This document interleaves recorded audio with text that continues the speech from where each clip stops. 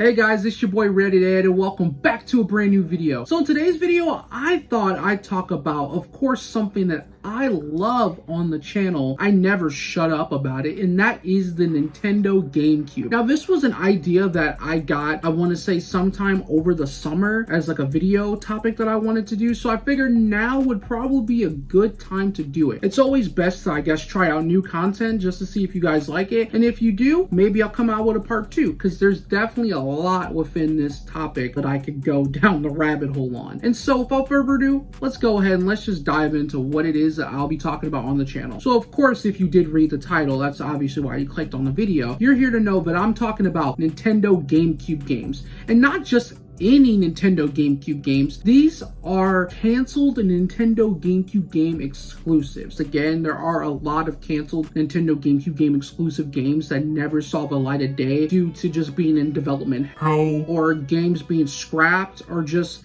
games.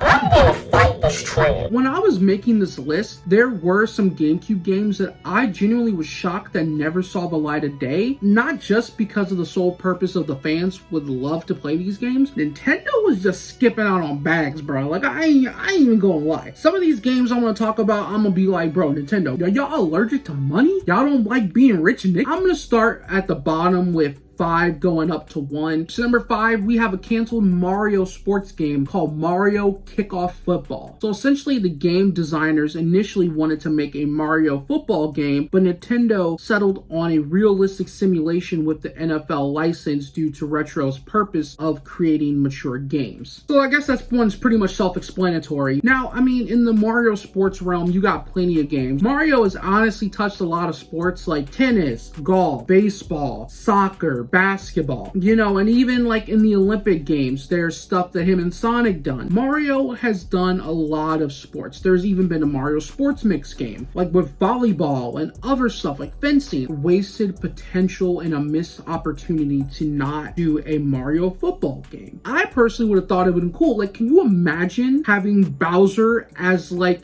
a quarterback on the field, or Donkey Kong as a quarterback? I mean, my nigga, you getting Millie rocked on that field. You might as well hang it up, big dog, because when you get them two big niggas out on that field, it's a wrap. I mean, can you just imagine like a Koopa trying to stop Bowser from coming full head at you, or Donkey Kong? You know, Bowser could do some real with like a football. I'm just saying, like, so many cool ideas could have gone into this game, kind of like how they did with baseball. Hell, we got the NBA basketball game, like NBA The Street Volume 3, where we got some Nintendo characters, and like I was talking about, Peach like double crossing niggas on the court. Like, this could have been really cool, and I would have paid some serious cash to have a Mario football type game. So coming in at number 4 is a Kirby game, and you know me, I love Kirby, but this one was one that was, I guess, in development. I don't know, I guess they just chose to go a different route with it, and that is Kirby's Adventure, or Kirby Adventure to be exact. Development on a new Kirby game for the GameCube began after the release of Kirby 64 The Crystal Shards for the Nintendo 64 in 2000. The game underwent an 11-year development period in which 3 different proposed versions of the game were developed and scrapped. The first version was similar graphics-wise and gameplay style of Kirby 64, re-rendered in 3D but using traditional 2D side-scrolling gameplay. The untitled Kirby game for the Nintendo GameCube would also support multiplayer with up to 4 players, featuring an expansion of the helper system from Kirby Superstar. This build was demonstrated at E3 in 2005 and was set for release later that year. However, difficulty with programming multiplayer led to this version being scrapped. Everything that was scrapped later got added into a future Kirby game released on the Nintendo Wii called Kirby Return to Dreamland. I love Kirby Return to Dreamland. That is honestly my favorite Kirby game. I have it both on the Wii and the deluxe version that released on the Switch. I know when I used to babysit my cousins back in the day, they had this on the Wii, and we all played this game every time I would come over and I would babysit them, and we actually beat it together. And that was my first introduction into playing the game, and then I played it solo dolo and beat it on my own. Would have been cool to kind of see something like this on the GameCube? Absolutely. And having something very popular like Kirby being introduced in like a multiplayer style for the Nintendo GameCube GameCube in like the way Kirby's Return to Dreamland would have been, I could imagine being very successful and can give Nintendo that big oomph, especially when they needed it, because unfortunately with the Nintendo GameCube, yes, they did have some very, very excellent titles that were released on this console. There were a lot of scrap titles that really would have made the GameCube probably more successful in the way that it should have been when it was released versus it being considered a commercial failure, even though to me, in my eyes, it wasn't considered a commercial failure. But to some, when you look at the release of the Nintendo 64 and the Nintendo Wii, and now we even have the Switch with the Nintendo GameCube, was kind of like at the bottom of the barrel. Overall, I thought it would have been really cool to have a Kirby title like this on the GameCube. It would have done numbers, but in a way, I'm glad we did get Return to Dreamland, because that game with just the overall colorful layouts and the level designs, and of course the little goofy boss fights and all the power-ups you get in your typical Kirby game, it was really fun and I enjoyed the game a lot. So coming in at number 3 was one that I remember showed footage of. Like, I would see footage of it online and it was in development. I guess got scrapped halfway through development, and that is Donkey Kong Racing. After the release of Diddy Kong Racing, Rare began development on a sequel named Donkey Kong Racing for the GameCube, which featured Donkey Kong as the main character. A pre-rendered CG video of the game was shown at E3 2001, which displayed a parody of the speeder bike scene from Return of the Jedi. According to Lee Musgrave, the game featured a unique mechanic which involved riding on animals rather than driving vehicles. The player could switch between different types of animals mid-race. Larger animals could destroy obstacles, whereas smaller ones allowed more maneuverability. Development of Donkey Kong Racing was canceled when Nintendo turned down the opportunity to purchase its remaining 51% stake in Rare, and the developer was bought out by Microsoft. There's a lot to unpack with that. Like I mentioned before, I just went into all the detail about Donkey Kong Racing. There was footage shown at E3 in 2001. The idea of animals riding other animals sounds so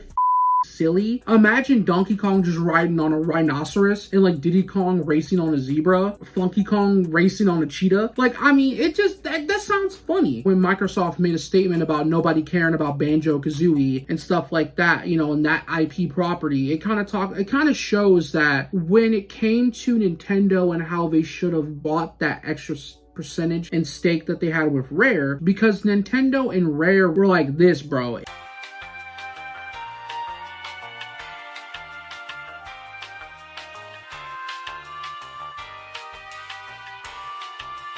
Microsoft is treating a lot of these Rare properties when you get an instance like this where we could have had a successor to Diddy Kong Racing and it could have been something really cool, but now we just don't. Personally, I thought it would have been really cool for us to have a Donkey Kong Racing, and when I saw like the footage that was shown at E3 in 2001, I was honestly kind of baffled that we didn't get it. Again, it's something silly, it's stupid, it's animals racing and riding on other animals. If that isn't silly and stupid to you, I don't know what is. So coming in at number 2 was one that I had to do a little bit of research on to kind of understand the concept or the idea of this game. I don't know, it sounds kind of interesting, and that is Dead Phoenix. Dead Phoenix was going to be a 3D shoot 'em up featuring a winged man named Phoenix as part of the Capcom 5. Those games that are part of the Capcom 5 consist of PN03, Beautiful Joe, Dead Phoenix, Resident Evil 4, and Killer 7. The player would take control of a winged man as he flies around shooting massive enemies with the aid of allies on foot. Capcom announced the game, describing the setting as a mythical floating city full of monsters and dragons, and the game was believed to be canceled in May of 2003, but Capcom stated at a press conference prior to the 2003 E3 Expo that it was still in development. But unfortunately, it was canceled in August of 2023 after failing to appear at E3 that year. So when I was again reading like the synopsis of what this game was gonna be like, it sounded kind of fun, and you don't really see a lot of games that were like this for the GameCube, which I thought would have made very interesting. Now the Capcom 5 thing, I didn't know what the that was. I was like, what is the Capcom 5? And I didn't really know that Killer 7 or Beautiful Joe or Resident Evil 4 was a part of that. Maybe it was because they were developed around the same time. I'm just guessing. I don't know. Capcom wanting to have a 5, like a 5 category where maybe these games, I don't think we're gonna be linked together by any means, like story-wise or within the same universe, but I guess maybe it was a part of like Capcom's way of releasing 5 successful games on the GameCube. Now, the whole idea of playing as a winged man as you're flying through the sky, shooting enemies in like a 3D style and city in the sky filled with monsters and dragons sounds kind of badass. I don't know why I was thinking of like Gundam mixed with Monster Hunter. I don't know why those two were coming together. I would have loved to see some sort of gameplay footage of it, or I at least would have loved to see Nintendo come out with more abstract and unorthodox games that are like this. Overall, this could have been something cool. So coming in at number 1 was actually a franchise that me and some buddies talked about the other night when we were playing the game of Commander Magic Talk. And that one I'm talking about is Conker's